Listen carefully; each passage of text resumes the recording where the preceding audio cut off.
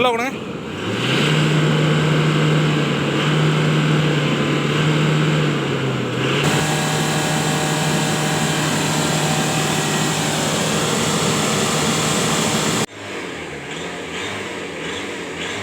இன்னும் ரைஸ் பண்ணுங்க.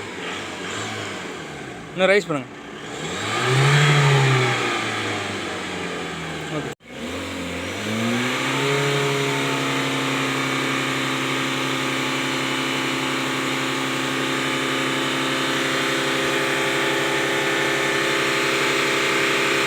Okay okay. Hello friends, welcome to driving டைம்லா. நீங்கள் எங்கே வந்து பார்த்தீங்கன்னா கும்பகோணத்தில் கொரநாடு கருப்பூர் அப்படிங்கிற இடத்துல அபிரா அப்படிங்கிற டீகார்பனேஷன் சர்வீஸ் சென்டருக்கு வந்திருக்கும். ஸோ இங்கே என்ன பர்பஸ் அப்படின்னா, உங்களுடைய 2 வீலர் 4 வீலர் பார்த்தீங்கன்னா அந்த பிளாக் ஸ்மோக்ஸ்லாம் வருதுல்ல, அதை வந்து ரிமூவ் பண்ணி கொடுக்குறது. ப்ளஸ் மைலேஜஸுக்கும் அவங்க முடிஞ்ச அளவுக்கு எல்லாமே வந்துட்டு பர்ஃபெக்டாக பண்ணி கொடுக்குறாங்க. சார்ஜஸ் பொறுத்த வரைக்கும் அஃபோர்டபுளான ப்ரைஸஸ் தான். இப்போ பார்த்தீங்கன்னா ராயல் என்ஃபீல்டுக்கு வந்துட்டு இவங்க டீகார்பனேஷன் பண்ணி கட்ட போகிறாங்க. நம்ம முன்னாடியே அது எப்படின்னு பார்க்க போகிறோம். அதே போல் இவங்க ராயல் என்ஃபீல்டு இது போல் பைக்ஸ்லாம் ஒவ்வொரு சார்ஜஸ் வச்சுருக்காங்க. ஒரு 15 நிமிஷம் ஆகும் ப்ரோ பைக்லாம். ஆமாம் சார், 15லேருந்து 20 நிமிஷம் ஆகும் பைக்னா. காருக்கு பொறுத்த வரைக்கும் வந்து ½ ஹவர்லேருந்து 45 மினிட்ஸ் ஆகும். இப்போ ஹெவி வெஹிக்கிள்ஸுக்கும் அதேமாதிரி பண்ணிட்டு இருக்கோம். லாரி, ஜேசிபி எல்லாத்துக்குமே நாங்கள் பண்ணிட்டு இருக்கோம். ஓகே. இதனால என்னன்னா ப்ளஸ் அவங்க சொல்கிற போல் மைலேஜ் தருது. அது போல் வந்துட்டு உங்கள் இன்ஜினுடைய லைஃப் நல்லா இருக்கும் அப்படின்னு நிறைய விஷயம் சொல்கிறாங்க. எப்படி ப்ராசஸ் அப்படிங்கிறத பார்ப்போம். அவங்க வீட்டுக்குள்ள போகிறோம்.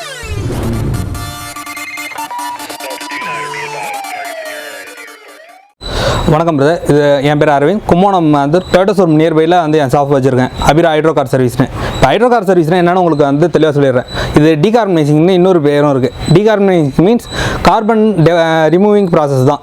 ஒரு இன்ஜினில் எவ்வளோ ஃபியூல் வந்து யூஸ் பண்ணுறோமோ அந்த அளவுக்கு கார்பன் டெபாசிட் ஆகும். அந்த கார்பன் டெபாசிட் எல்லாத்தையும் ரிமூவ் பண்ணுற ப்ராசஸ் பேர் தான் டீகார்பனைசிங். அதுக்குள்ளே மிஷின் தான் இது. இப்போ ஒவ்வொரு வெஹிக்கிள்லையும் என்னென்ன வந்து ஃபால்ட்னா வரும்னா, இன்ஜினில் கார்பன் டெபாசிட் ஆகிறதாட்டி உள்ளே வந்து ரன் ஆக கார்பன் டெபாசிட் லேயர் பை லேயராக உள்ளே ஃபார்ம் ஆகிட்டே இருக்கும் இன்ஜின் உள்ள. அது என்னாங்கன்னா ஒரு காலத்துக்கு மேலே வந்து ஃபுல்லானதுக்கப்புறம் லோட் ஆக ஆரம்பிச்சிடும் இன்ஜின் பிஸ்டன் மூவ் பண்ணுறதுக்கு. அப்போது வந்து என்ன ஆகுனா மைலேஜ் ட்ராப் ஆகும், பிக்கப் வந்து குறையும், இன்ஜின் சவுண்டு வந்து சேஞ்சஸ் ஆகிடும், பொல்யூஷன் வந்து எக்கச்சக்கமாக தள்ளும். இப்போ ஆர்டிஓ இதில்னா கம்ப்ளைண்ட்டுக்கு நீங்களே சொல்லியிருப்பீங்க, அந்த பிளாக் ஸ்மோக்காக இருக்குன்னு வந்து ரிஜெக்ட் பண்ணிட்டாங்க அப்படின்னு. அந்த மாதிரி இருக்கிறதுனா ஒரு ½ ஹவர்லேயே நாங்கள் வந்து க்யூர் பண்ணி கொடுத்துருவோம். அதுக்கு மெயின் காரணம் இந்த மிஷின்லேருந்து வர கேஸஸ் ப்ளஸ் வந்து நாங்கள் யூஸ் பண்ணுற கெமிக்கல்ஸ் தான். ஓகேங்களா? இது நோஸ்டுன்னு ஒரு கம்பெனிலேருந்து தான் நாங்கள் வந்து இது பண்ணுறோம். ஆத்தரைஸ்டு வந்து ப்ராசஸ் தான் இது.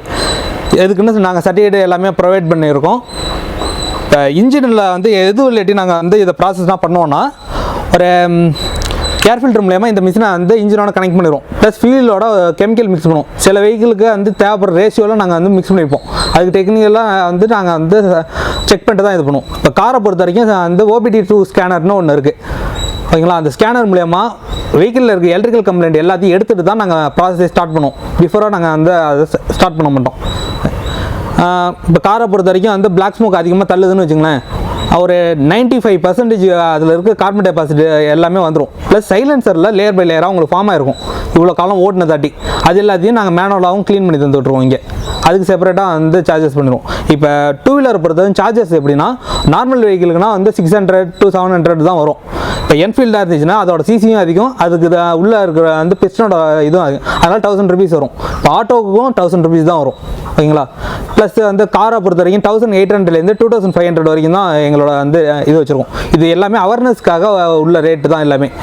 இதில் வந்து அதிகமாக இருக்குதுன்னு ஃபீல் பண்ணுறதுக்கு, ஏன்னா இதோட வந்து அமௌண்ட் வைஸ் வந்து அதர் ஸ்டேட்லனா இன்னும் அதிகமாக இருக்குது. கேரளா சைடும் சரி, ஆந்திரா சைடும் சரி, டெல்லி இதுலனா வந்து 5000 6000 அரேஞ்ச் பண்ணிடுறாங்க. இப்போ அவேர்னஸ்க்காக தான் நாங்கள் வந்து இந்த அமௌண்ட்டில் நாங்கள் பண்ணி கொடுத்துட்ருக்கோம். நான் கும்பகோணத்தில் என்னென்ன ஏரியா கவர் ஆகும்னா, திருவாரூர் டிஸ்ட்ரிக்கு, மாயரம் டிஸ்ட்ரிக்கு, ப்ளஸ் வந்து தஞ்சாவூர் டிஸ்ட்ரிக்கு, அரியலூர் டிஸ்ட்ரிக்கு, இது எல்லாமே என் கண்ட்ரோலில் வந்துடும்.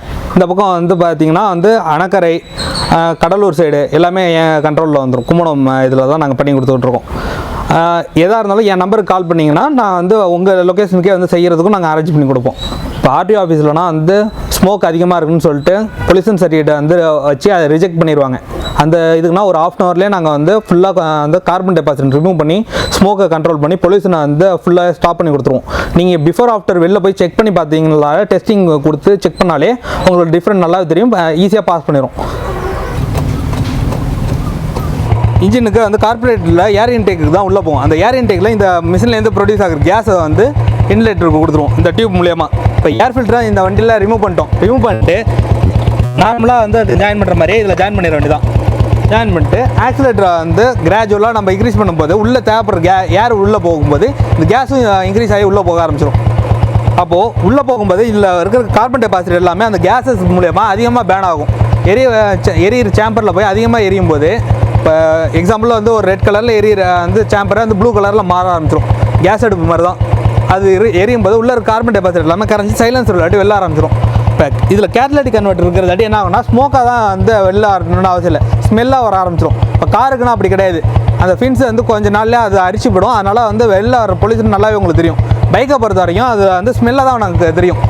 இந்த ப்ராசஸ் நடந்து ஒரு 2 நாள் வரைக்கும் நம்ம வெஹிக்கிள்லேருந்து ஸ்மெல் வராதான்றது செய்யும். கார்பன் டெபாசிட் வந்து எரிஞ்சு வந்து ஒரு கருகுன மாதிரி ஒரு வாடை வந்துட்டு தான் இருக்கும்.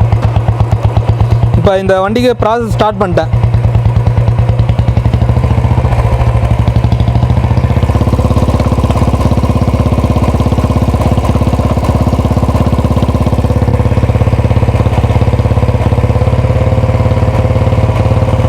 கொஞ்ச நேரத்தில் இந்த இன்ஜினோட சவுண்டே வேரியேஷன் உங்களுக்கு நல்லாவே தெரிய ஆரம்பிச்சிடும்.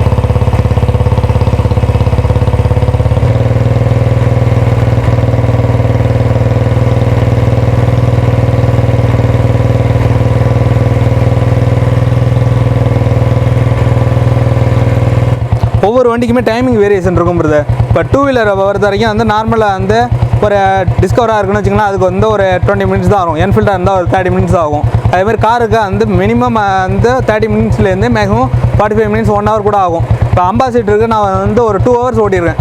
உள்ளே இருக்க கார்பன் டெபாசிட் எல்லாமே ரிமூவ் ஆனதுக்கப்புறம் தான் நாங்கள் வந்து மிஷினை வந்து செட் டவுன் பண்ணுவோம். ப்ராசஸிங் டைம்னு ஒன்று இருக்குது. இன்ஜினோட கெப்பாசிட்டிக்கு தகுந்தாப்புல நாங்கள் அதை செட் பண்ணிப்போம்.